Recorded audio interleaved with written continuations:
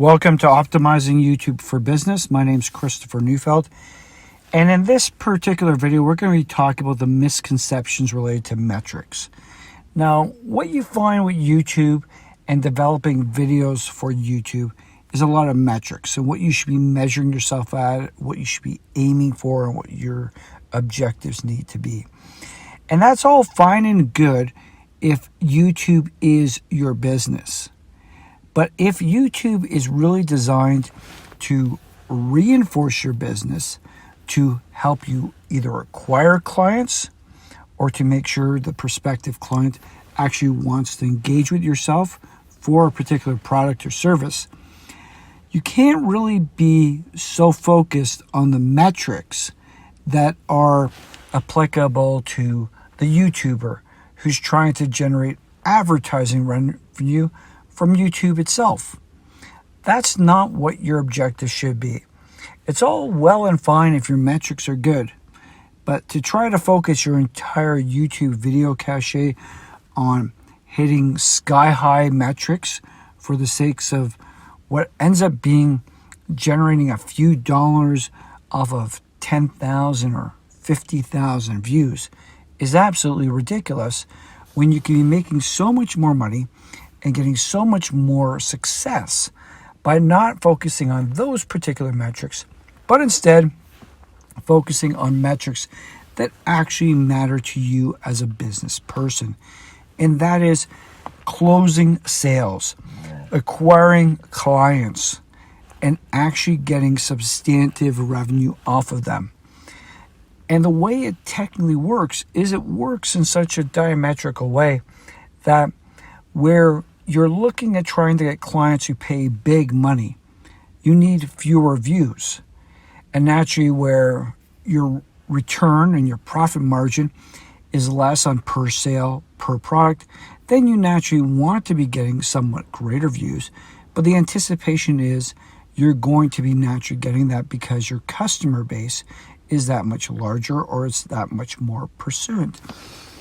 So at the end of the day, what you really need to be doing is trying to focus on the creation of videos that communicate your message and working on that and creating more than enough videos without worrying so much about how many people are viewing your videos. And if they're in the thousands or tens of thousands, that's not really going to make the biggest difference, because just by getting viewers who are not customers and who are not pursuing that specific acquisition, whether it's of a product or of a service, you're just diluting yourself. Instead, you got to be focusing on reality. And I see this in my own legal practice, where it really takes only a few views oftentimes to actually trigger people to really want to acquire my services, to retain me and pay big dollars for projects that I'm looking to undertake. And remember, this is a critical thing. You're putting stuff out there as to what you want to do, what you want to sell. You're not just opening up and saying, we got a store. You're focusing on what you really want to be delivering. And that should be the focus of many of your videos. You can do those generic, broader sales videos also to sell stuff that brings in money. But in truth, what I find is so powerful with YouTube is that you focus on specifics, especially those specifics of areas where you want to be working in, where you really want to be selling something really precise. Because when you focus on the precise stuff and you sell it to people who are looking for that particular service or product, there isn't going to necessarily be much out there to compete with you.